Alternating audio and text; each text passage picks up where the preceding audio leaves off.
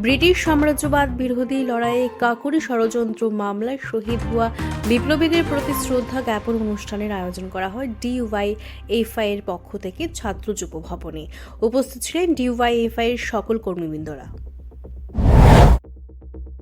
স্বাধীনতা আন্দোলনে অন্যতম তাৎপর্যপূর্ণ একটি ঘটনা হচ্ছে কাকুরিতে সংঘটিত ঘটনা, যেটা ইতিহাসে কাকুরি ট্রেন লুটের ঘটনা হিসাবে চিহ্নিত হয়ে আছে।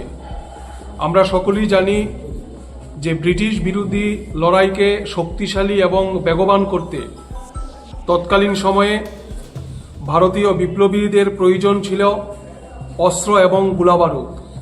সেই অস্ত্র এবং গোলাবারুদ কেনার জন্য প্রয়োজনীয় যে অর্থ, এই অর্থ তাদের কাছে ছিল না। ফলে সেই সময়ে বিপ্লবীরা সিদ্ধান্ত গ্রহণ করলেন যে ভারতবর্ষের সম্পদ যারা লুট করছে ব্রিটিশরা, তাদেরই সরকারি কোষাগার থেকে অর্থ লুট করে এই বিপ্লবী কার্য পরিচালনা করার জন্য গোলাবারুদ এবং অস্ত্র কিনতে হবে।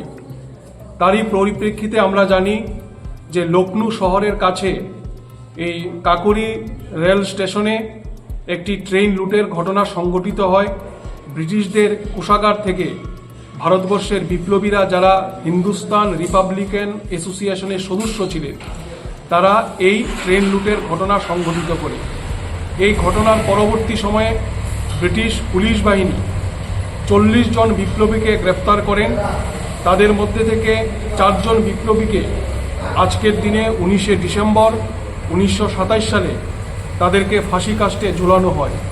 তারাই হলেন রামপ্রসাদ বিসমিল, ঠাকুর রওশন সিং, আশফাকুল্লাহ খান এবং রাজেন্দ্রনাথ লাহিড়ী।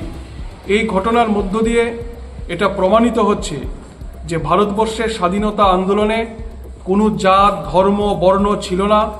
আমাদের ভারতবর্ষকে ব্রিটিশদের শৃঙ্খল থেকে মুক্ত করবার জন্যে সমস্ত অংশের মানুষ, জাতি, ধর্ম, বর্ণ নির্বিশেষে সমস্ত অংশের মানুষ এই ব্রিটিশ বিরোধী লড়াইয়ে ঝাঁপিয়ে পড়েছিল। আশফাকুল্লাহ খান ছিলেন একজন মুসলমান পরিবারের সন্তান, আর রাজেন্দ্রনাথ লাহিড়ী হচ্ছেন একজন হিন্দু ব্রাহ্মণ ঘরের সন্তান। এটাই হচ্ছে ভারতবর্ষের ঐতিহ্য।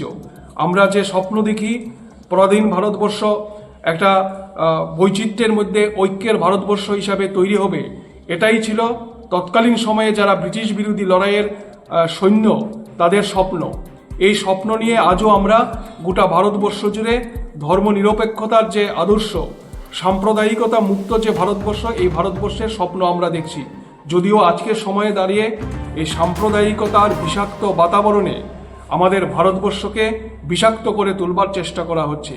আজকের দিনে আমরা শপথ গ্রহণ করতে চাই আমাদের দেশের ধর্মনিরপেক্ষতার ঐতিহ্যকে রক্ষা করা, আমাদের দেশের সংবিধানকে রক্ষা করা এবং বৈচিত্র্যের মধ্যে ঐক্যের যে ভারতবর্ষের স্বপ্ন দেখেছিল আমাদের ভারতবর্ষের বীর সৈন্যবাহিনী কিংবা আমাদের ভারতবর্ষের স্বাধীনতা সংগ্রামীরা, তাদের স্বপ্নকে বাস্তবায়িত করার জন্য একটা ঐক্যবদ্ধ ভারত, এই ঐক্যবদ্ধ ভারতকে রক্ষা করবার জন্য এবং যে ভারতবর্ষে ছাত্রের শিক্ষার গ্যারান্টি থাকবে, যুবকের কাজের গ্যারান্টি থাকবে, এমন একটা ভারতবর্ষ তৈরি করবার স্বপ্ন নিয়ে আগামী দিনে আমাদের যে লড়াই, এই লড়াইকে আমরা আরও বেশি শক্তিশালী করব, বেগবান করব।